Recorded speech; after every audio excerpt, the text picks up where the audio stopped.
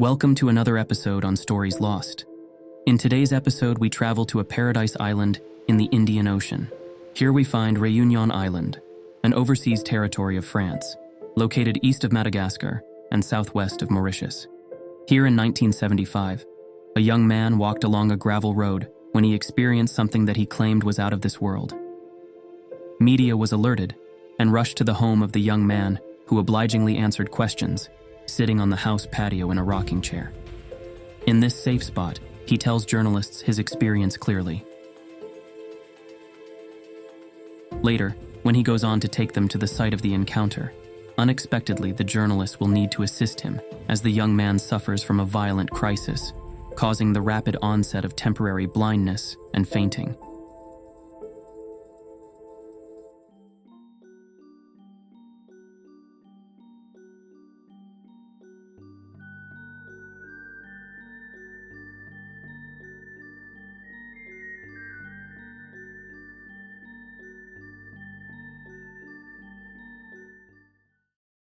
After his rapid decline in health, during which he was unable to communicate for an extended period, Antoine Séverin, 21 years old, would later recount the following events to the team from the French Broadcasting Corporation, ORTF.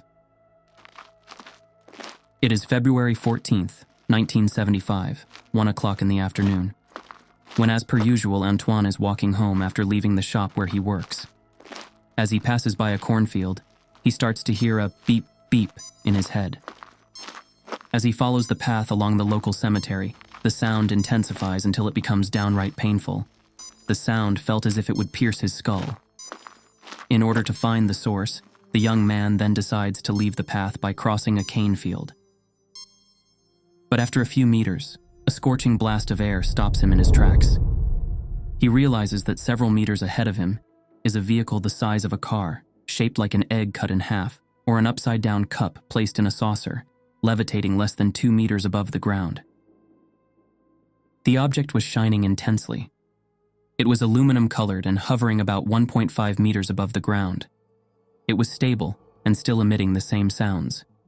Then, a 3-step ladder appeared from underneath the saucer. A strange little figure emerged from the craft, plump in shape like the Michelin Man, also shiny like the saucer. In its right hand, it held a roughly 30-centimeter-long object, which was also shiny.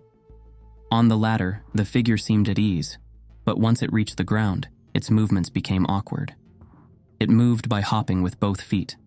A second, then a third little figure joined the first. The first one scratched the ground, though I didn't see it put any soil into the shiny bag held by the second one. All three had antennas on the sides of their heads. When one of them notices the young Antoine's presence, the antennas on its head begin to move, and the boy is thrown to the ground by a bright flash of light. Despite the shock, he manages to see a fourth figure through the window of the flying craft. One by one, the 3 figures quickly re-enter the craft, and it rises into the air with a loud whistling sound before disappearing completely. Terrified, Antoine runs to his parents' house, shocked. He loses both his voice and his sight immediately after telling his mother what had happened to him. It is she who alerts the authorities. On Saturday, February 15th, 1975, at 10 a.m., Marie Séverin presented herself at the Petite Île Gendarmerie to report an unusual event. The day before, her 21-year-old son Antoine, who is of sound mind and perfectly balanced, was severely shaken by a bright beam of light coming from a shiny sphere as he was returning home via the crater path, which passes near the cemetery. What was this strange report of a bright beam? At first, Antoine is unable to describe all the details. He had suffered trauma to such a degree that he partially loses his verbal functioning and relies on gestures to make himself understood. A doctor is called to the home. Comforted by the familiar sight, Antoine is able to explain part of what he saw. There were 3 small figures coming down from a strange craft that was not touching the ground. I observed them and was then thrown to the ground by a powerful flash from the upper part of the saucer, which then rose with a loud whistling sound. After recounting this part of his experience, the young man, deeply distressed and shocked, lost the ability to speak. This was confirmed by a Dr. T who visited him at his bedside at 7 p.m. The physician reported to the gendarmes. Antoine, a victim of significant emotional shock, is experiencing a psychosomatic crisis. In my opinion, he possesses all his mental faculties, has not suffered any injuries, and bears no burns. The patient is now under medical supervision and has been prescribed 48 hours of rest. On the same day, a report of the incident was sent to the commander of the gendarmerie company in Saint-Pierre, who requested additional information to substantiate the case and, if possible, to locate the site of the unidentified flying object's appearance. A message drafted at 2 p.m. on February 15, 1975, was sent to the company commander, detailing the initial investigations and findings. According to Mrs. S., the location where the object was observed is situated on Piton Calvaire. At that time, the Piton Calvaire site was not yet inhabited as it is today. This Piton, or volcanic hill, had slopes covered with filous trees and a cultivated plateau that was traversed from north to south by the crater path, which served a few houses hidden within the greenery. Due to the imprecision of the location and the occasionally rocky and bushy terrain, exploring the Piton proved difficult. Moreover, no trace or evidence of the passage of an unidentified flying object was found that day. The gendarmes then went to the Séverin family home, where Antoine was bedridden. In speaking with him, they observed that the individual is in a state of undeniable prostration, his eyes wide open, staring into space. To the questions posed to him, the young man could not respond verbally.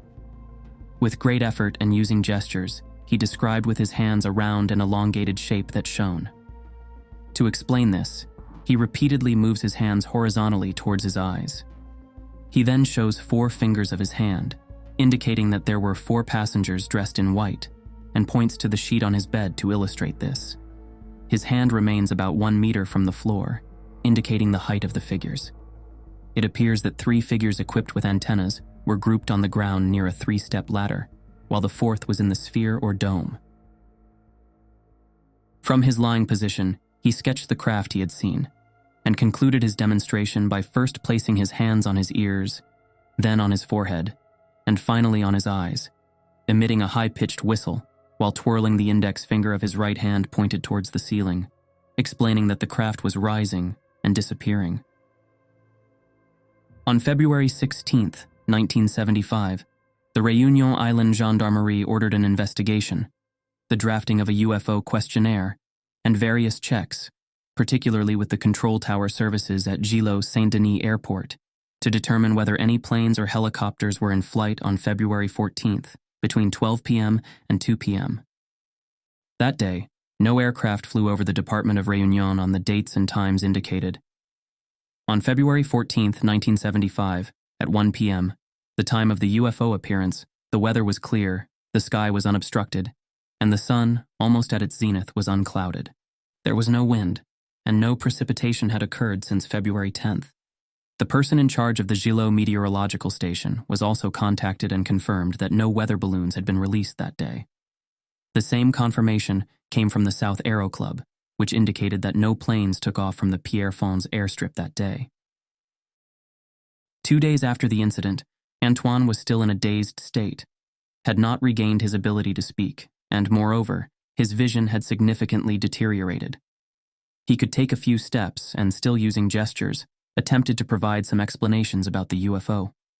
His attempts made it clear that the craft he had witnessed had not touched the ground, but instead hovered about 1.5 meters above the surface during the entire observation. He jumped with both feet to demonstrate to the investigators how the 3 small figures moved on the ground. These figures then returned to the gangway, which retracted under the craft. He also demonstrated he was knocked down by a flash of light when the 3rd figure, who was facing him, activated its antennas. Antoine then fled holding his trousers. Unable to speak to pinpoint the location of the appearance, he drew with a pencil on the front page of a dictionary the object he had observed, as well as a kind of map of the area, which proved too imprecise to be useful.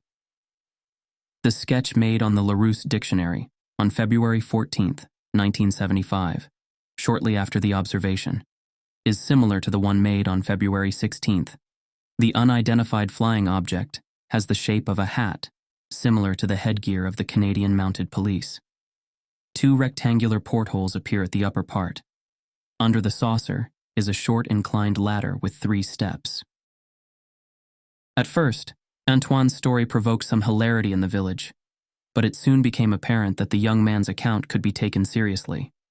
Several people questioned verbally seemed convinced of the existence of flying saucers, or did not categorically reject the possibility of such appearances. On February 18, 1975, Commander L of the Saint-Pierre Gendarmerie went to Petite-Île with a Geiger counter and conducted a radioactivity check on Antoine and his clothing. The result was negative. Antoine, full of goodwill, wanted to lead the interested parties to the Piton Calvaire Plateau, but had to give up due to his blindness. The next day, the gendarmes from the Petite-Île Brigade were informed that Antoine had regained his ability to speak and see, and that he wished to have his statement recorded quickly because he feared he might not remain lucid for long. He was questioned at 11:50 p.m. for nearly an hour. He does not remember being in a comatose state for 6 days, and painfully comes to terms with this truth, confirmed by his family. During the account, which perfectly reflected the explanations provided through gestures, Antoine had lapses. For a few seconds, he would fall back into a dazed state. When he regained his senses, his body would shudder. He then said that he had been in communication with the object. He wanted to lead the investigators to the site of the observation, but due to the darkness and his state of fatigue, the visit was postponed until the early morning of February 20th, 1975. At 8:30 a.m., Antoine took his place in the Petite-Île Brigade Jeep, which headed for the dirt road leading to the observation site. Once there, he took a few steps into the field, his gaze directed toward the back of the plot near the Philaus Woods, when he suddenly stopped, put his hands over his ears, pressing hard, then wavered and collapsed to the ground. His pulse was weak, his hands cold, his eyes rolled back. He was immediately taken home and only partially regained consciousness 30 minutes later. He then explained that an inexplicable force prevented him from moving towards the exact spot where he had observed the unidentified flying object. On the village doctor's orders, Antoine was to be examined by a psychiatrist at St. Paul Hospital. Antoine agreed to this examination, turned up on time for his appointment, and returned home later that morning. On February 22nd, 1975, as he approached the site where he had observed the flying saucer, Antoine experienced a second fainting spell identical to the one on February 20th, but it lasted 2 hours. On February 24th, Antoine was interviewed by Maurice Grimaud, a journalist from ORTF. J'avais comme un bip bip à la tête, j'ai entendu comme des sons qui me perçaient le crâne. Je cherchais où ça venait les trucs, les sons. Tout à coup, je me suis retrouvé devant une boule avec c'était comme un œuf coupé en deux, une moitié sur une soucoupe. Tout à coup, j'ai vu comme une échelle en forme de porte, ou plutôt une porte en forme d'échelle comme ça, avec 3 marches. Il y avait un personnel qui descendait, comme un petit nain, si vous voulez, avec des antennes sur la tête, qui descendait. Puis il y avait le deuxième qui descendait lentement. Mais tout le temps qu'ils avaient les pieds sur l'échelle, là, ils pouvaient marcher à leurs ailes, mais après, ils étaient comme, je sais pas, oui, mal à l'aise, ils pouvaient plus se déplacer. During the interview, Antoine agreed to go to the site. Upon arriving at the location, he experienced an inexplicable fainting spell as soon as he set foot on the ground. As with the previous 2 times, he seemed to be possessed by the initial vision that had deeply shocked him.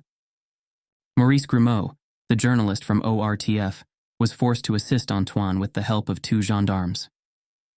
"We came up this small path you see here behind us. Monsieur Séverin got out of the television station's car and took 2 steps before he waved his hands parallel to the ground, cried out, took his head in his hands and covered his ears with his palms.